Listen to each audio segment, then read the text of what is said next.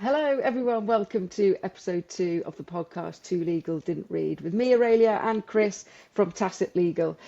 In this podcast series, we navigate you through all of the main key issues in legal and legal tech from our perspectives as lawyers, product developers, and law firm owners.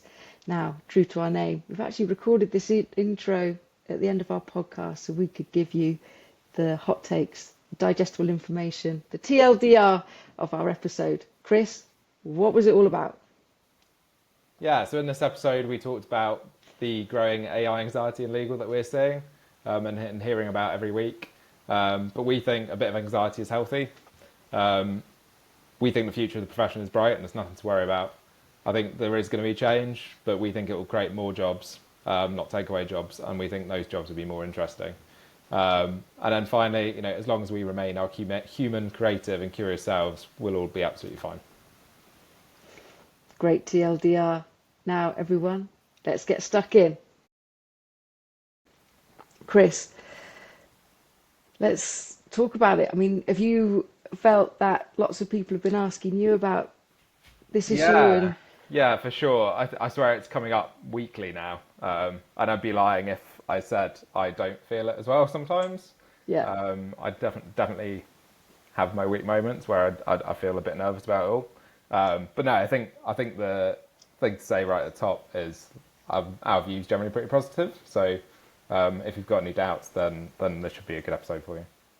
Yeah, I think that's interesting, isn't it? We are in AI, and one of the drivers of leaving Big Law ourselves and setting up Tacit Legal, which is considered an AI native law firm, we're kind of at the forefront of this really exciting movement and change in the industry. But even us are feeling really anxious and uncertain about the future ahead. So we can absolutely understand that our clients and colleagues in other firms are feeling it really acutely. So look, Chris, come on, let's start off. Is AI going to have a negative impact on our legal jobs? Yeah, I mean, so everyone's opinion on negatives is different. I don't think on like a macro scale there's going to be a negative impact at all.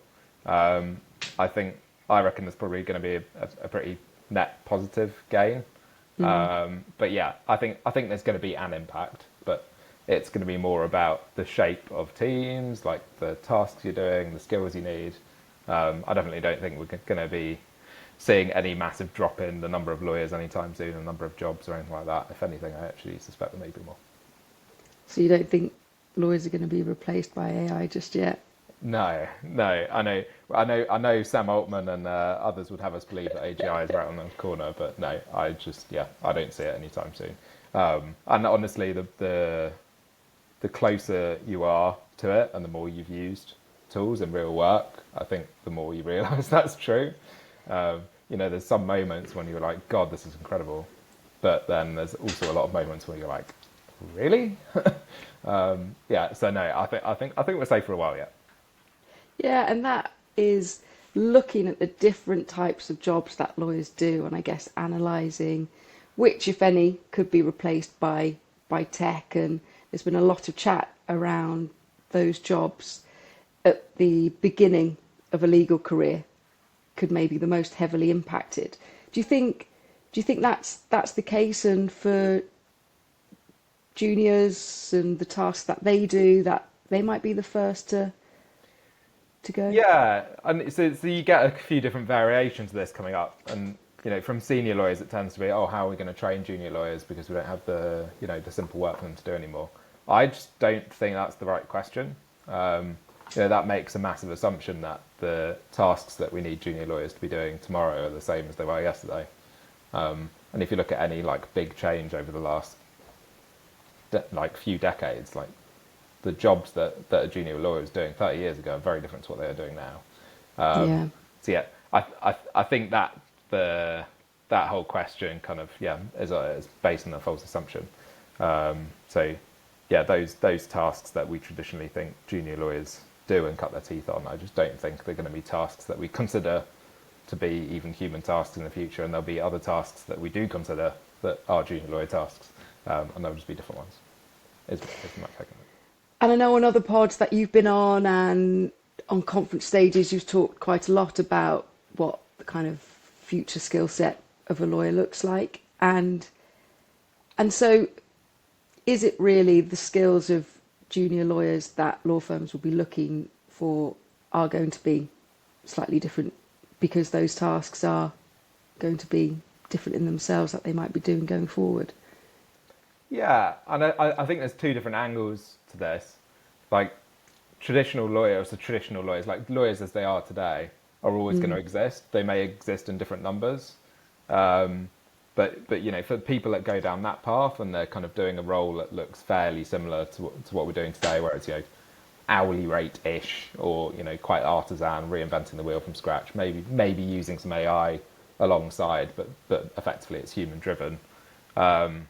I think there's going to be certain skills that are just more important than they ever have been before, because they're the ones that you're kind of need from day one. You know, things like EQ and critical thinking and all of that kind of stuff, which we've always said we want from trainees, but I just think they're going to be more important because that's going to be, you know, the bulk of the job.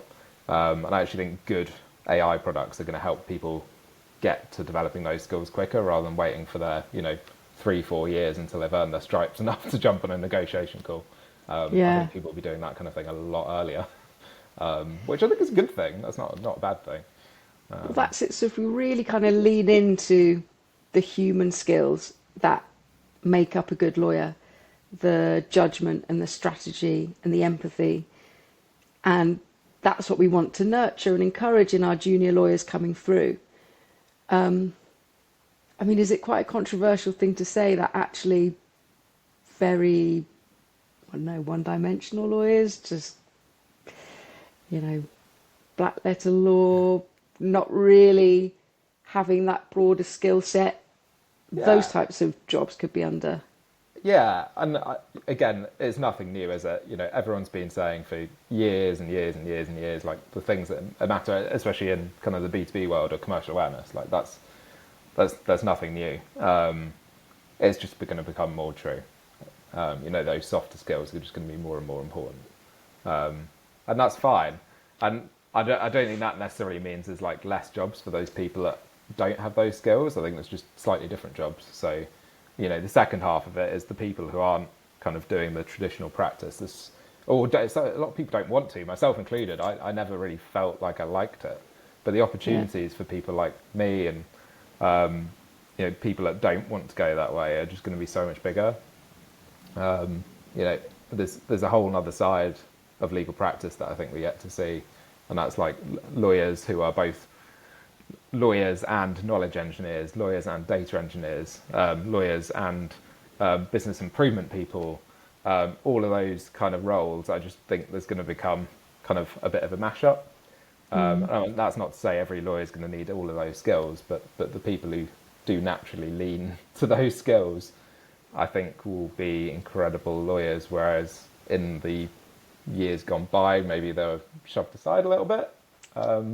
You know, the whole lawyers versus non-lawyers, and yeah, I just think that kind of culture is going to die away, and people who are kind of multi-skilled are going to thrive. That's a really exciting opportunity, I think, to kind of broaden the definition of what a lawyer is, and actually having the skills which embed you in other parts of the business if perhaps you're working in-house, and having that kind of cross-industry knowledge. I think that's incredibly exciting for the industry. I think, you know, one of the weird biggest risks, I think, is actually the people who are most commercially aware and the people who make the best lawyers, like in a traditional sense, do tend to be the people who are kind of interested in other stuff as well. Yeah. So I mean, that's going to be an interesting thing. You know, is the top talent going to go left or right? So you could see a complete shift potentially. But you know, I don't think that's a controversial thing to say at all. You know, you know, our colleague Dan, who's like, he was a brilliant IT person and systems integrator before he was a lawyer, and now he's probably one of the best IT lawyers in the country. It's just, But people like him may not have made that choice 10 years ago. Now, 10 years ago, if the Yeah, situation was the same. So, yeah, that's so true. It's a great perspective. And I think another massive anxiety which we're hearing across the industry, but actually in our building and providing Tilda to in-house teams, we've had the opportunity to speak to loads of GCs and others in in-house legal teams, and we're often hearing that there is this anxiety of them feeling left behind, that everyone else is using AI tools and they're just they don't know how to integrate them or implement them. They don't know which is going to benefit them. And how much do you think AI tools are being used across the yeah. industry? I mean, it depends if you go on your LinkedIn feed or not. Yeah, no, I think it's true. Like if you look on LinkedIn, you'll come away believing that every single person other than you is using AI extensively, and it's just not true. I mean, we talk to in-house teams all the time. I'd say 1 in 10 has actually had a successful experience with AI beyond like using it in their personal life. I think loads of people are using it in their personal life, but actually very, very, very few are using it in their work. Yeah, LinkedIn would lead you to believe otherwise, but yeah, I think adoption is still very, very low. I think that will change a lot in the next couple of years, but yeah, if you're not using it yet and you're not that far off using it, you're probably ahead of the crowd, not behind it. Yeah, I think that's got to be reassuring for everyone. And even those teams who have adopted it and they are being used still feel very much that they're in the kind of development stage of them. They're not properly seeing the full gains yet, and they're just still crossing their fingers that they'll come. Yeah, and actually, I think there's a big difference between in-house and private practice here. And traditionally, you might have thought that in-house legal would be behind private practice, and things like document management, matter management, all of that kind of stuff. Generally, private practice has been really far ahead. I actually think that's shifted with AI. I think in-house teams are using it more effectively, and by more effectively, I mean on targeted use cases. It's like actually, if you speak to people in private practice in big law at the moment, there aren't that many targeted use cases like genuinely productionized. Yeah, There's a lot of people that have bought like Legora or Harvey or another AI platform, but effectively it's a legal wrapper with some more legal tooling around more like a Chat GPT or Claude experience. That's oversimplifying it. There are other features to those tools, but they're like an assistant. They're like a sounding board. They're not like an integrated AI process like you might have with like contract review, for instance. So yeah, I suspect in-house actually is probably starting to pull slightly ahead in terms of like actual targeted use cases beyond chat. that's really cool, isn't it? Yeah. I guess also what really compounds that anxiety that lawyers both in-house and in private practice are feeling about being left behind is the pressure that they might be feeling from management saying, come on, we hear that AI is going to make some huge gains for you lawyers, like let's get it in, let's start using it as quickly as possible.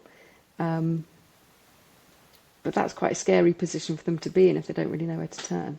It's scary, and it's also, I don't think, massively true. Or maybe it is true, but not on the timescales that people are expecting it. So I think this all stemmed from a Deloitte study that came out a few years ago now, maybe 2 years ago. It was like the impact of Gen AI on different job categories, and they said legal was going to be like right up there at the top. And that is probably true. Like at some point in the next 10 years, legal will be massively impacted, but it's not yet.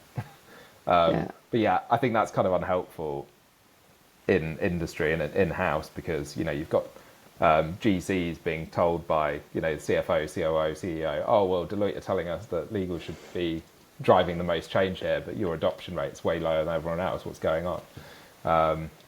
Yeah, it's not very helpful. I think right now, like, legal is rightly behind. Like, there's quite complicated and accuracy sensitive Yeah. workflows that are going on. it's right that we're a bit nervous about going full hog, like you might in other business areas. So, yeah, I don't think people should feel too stressed out by that. That, I mean, at the top of the episode, we were talking about the kind of natural characteristics of a lawyer wanting control and certainty, and that's kind of what we're here for and to deliver. And so that nervousness around using AI tools, which those teams that we've spoken to who have not had a great experience, it usually is around a bit of the reliability. Like, how can I be sure that this is right, what the tool is doing?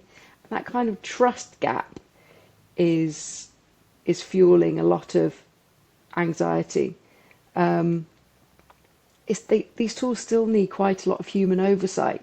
Yeah, no, and definitely, I think a lot of people feel like they're using it wrong because they're hearing everyone else saying how good it is, and then they go on and they're like, "What?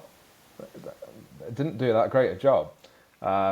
But I think the thing is, like, it can do a really good job, but the amount of effort that you have to put in into your playbooks to make them work better, and that's kind of a continuous process. Like, you have to go back and where it gets it wrong, improve your playbook, add some extra guidance. Like, that's a very time-intensive process, and until you've done that, you're not going to see that much. Like, you're not going to see a really high accuracy rate. So yeah, and then I think if they've got to do all of that, if in-house teams have to do all of that right at the start, I mean, one, that's a massive hurdle to entry, but two, if they don't do that and they see bad accuracy, a busy in-house lawyer, even practice lawyer, any person, if you're busy and you're starting to get really bad results, you're just going to lose faith in it really quickly and go, well, that's not saving me any time. It just caused me more frustration, and you end up throwing it in the bin.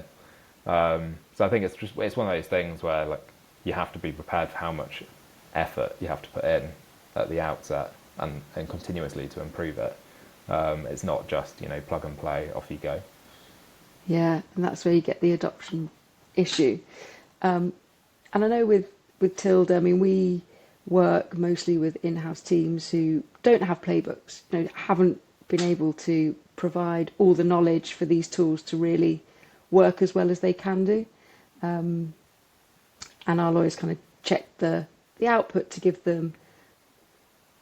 that comfort and surety that the output's right. But yeah, I guess, so what we're all saying is basically if the in-house team is always left to do that, well that's kind of half the job, isn't it, really? They're still doing quite a lot of the job. Yeah, it's not taking it off their table.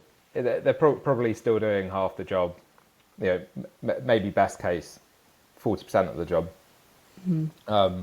day in, day out, but then there's still the bit on top, the kind of additional management layer at the end, then have of, who's updating the playbooks, who's making sure that where it's getting it wrong, that's being fed back into the playbooks, all of that kind of stuff. Like, that's an additional layer on top.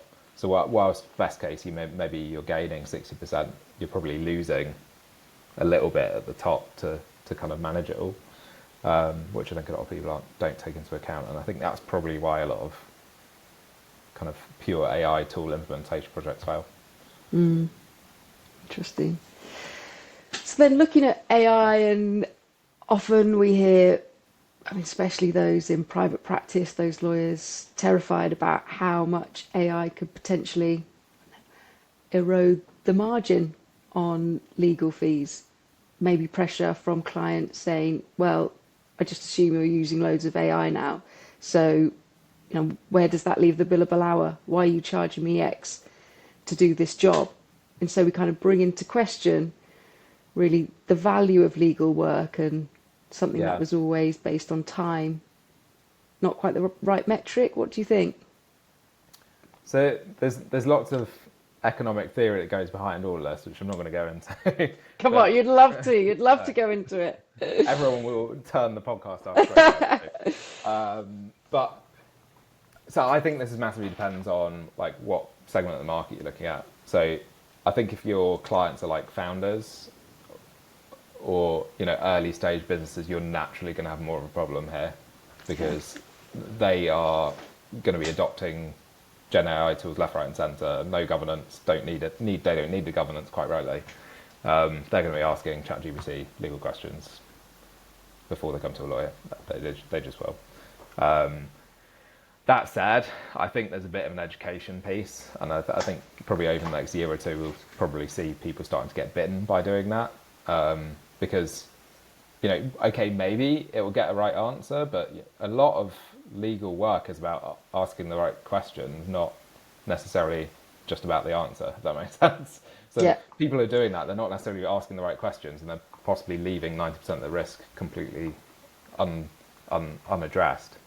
But yeah, I think more broadly than that, like kind of more in our space, I don't know. I think there's, I think most lawyers are understanding of the fact that we're quite far, unless it's a very targeted use case, like Tilda for contract review, where we've invested quite a lot in developing a product around it. But for like more ad hoc legal work, I think most lawyers, in-house lawyers, private practice lawyers, are pretty pragmatic about the fact that, having ChatGPT equivalent, maybe a more legal equivalent, isn't going to save you loads of time. No. And it's definitely not measurable. So I don't think we're going to see that pressure on, the complicated work that in-house lawyers like coming to private practice lawyers for anytime soon. I think there's another end of the market, which is the more commoditizable end of the market, where we're trying to plug the gap with Tilda, like contract review, where yeah, quite rightly, I think clients are starting to get a bit more. And alongside contract review, what other areas do you think are ripe for commoditisation? Yeah, so I think this is quite difficult in that you've got to think about services that can be provided. If you're talking about true commoditisation, it's got to be a service that is valuable in its own right. You can't do like half a bit of employment advice or half a bit of data protection advice. It's just, there's only like, you might be automated part of it, but you actually still need the human wrapper around it, so it's not that productizable. But so, I mean, other things like Garfield AI is a brilliant example of something great. Small debt claims, super specific. You can automate pretty much the whole end-to-end thing. Yes, there's potentially a load of work that you could put around that, but that is a discrete bit of value or a discrete outcome. So you can productize that. I think there's bits of like bigger services that can be like disaggregated. So, I mean, obvious things like that we've started to see over the last 5 years anyway, like corporate due diligence, litigation discovery, all of that kind of stuff, the really repeatable stuff. And that's where people, I think, are going to start picking holes in bills from their private practice lawyers. Is like, well, if you're still doing this with, paralegals in the basement, what are you doing? Yeah, why are you doing? Yeah. And I think that like the makeup of a law firm is going to change. And I think that's something which we had on our horizon when we left Big Law and set up Tacit Legal, basically redesigning what a law firm should look like. And thankfully that's now called an AI native law firm. But just in respect of that, what does an AI native law firm mean? When people use that term, what are they talking about?